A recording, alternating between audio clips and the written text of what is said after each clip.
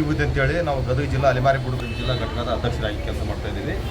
ಇವತ್ತಿನ ದಿವಸ ನಮ್ಮ ಅಲೆಮಾರಿ ಫೌಂಡೇಶನ್ ಮತ್ತು ಕರ್ನಾಟಕ ಅಲೆಮಾರಿ ಬುಡಕಟ್ಟು ಮಹಾಸಭಾದಿಂದ ಕರ್ನಾಟಕದಲ್ಲೇ ಪ್ರಥಮ ಬಾರಿಗೆ 31 ಜಿಲ್ಲೆಗಳಿಗೆ SC ST OBC ಅಲೆಮಾರಿಗಳಿಗೆ ಮತ್ತು ಆದಿವಾಸಿ ಬುಡಕಟ್ಟು ಸಮುದಾಯದೊಳಗೆ ಪ್ರತಿಭಾ ಪುರಸ್ಕಾರ SLC ಮತ್ತು PUC ವಿದ್ಯಾರ್ಥಿಗಳಿಗೆ ರಾಜ್ಯದಲ್ಲೇ ಪ್ರಥಮ ಬಾರಿಗೆ ಪ್ರತಿಭಾ ಪುರಸ್ಕಾರ ಸನ್ಮಾನ ಕಾರ್ಯಕ್ರಮಕ್ಕಾಗಿ ರಾಜ್ಯದ ಮೂಲೆಗಳಿಂದಲೂ ನಮ್ಮ ಅಲೆಮಾರಿ ಸಮುದಾಯದ ವಿದ್ಯಾರ್ಥಿಗಳು ಮತ್ತು ವಿದ್ಯಾರ್ಥಿನಿಯರು ಬಂದು ಮತ್ತು ಪಾಲಕರು ಪೋಷಕರು ಎಲ್ಲ ಬಂದು ಹೆಚ್ಚಿನ ಸಂಖ್ಯೆಯಲ್ಲಿ ನಮ್ಮ ಬೆಂಗಳೂರು ಗಾಂಧಿ ಭವನದಲ್ಲಿ ನಮ್ಮ CS ದ್ವಾರಕನಾಥ್ ಸರ್ ಮಾಜಿ ಹಿಂದುಳಿದ ಅಧ್ಯಕ್ಷತೆಯಲ್ಲಿ ಕಾರ್ಯಕ್ರಮ ನಡೆಯಿತು.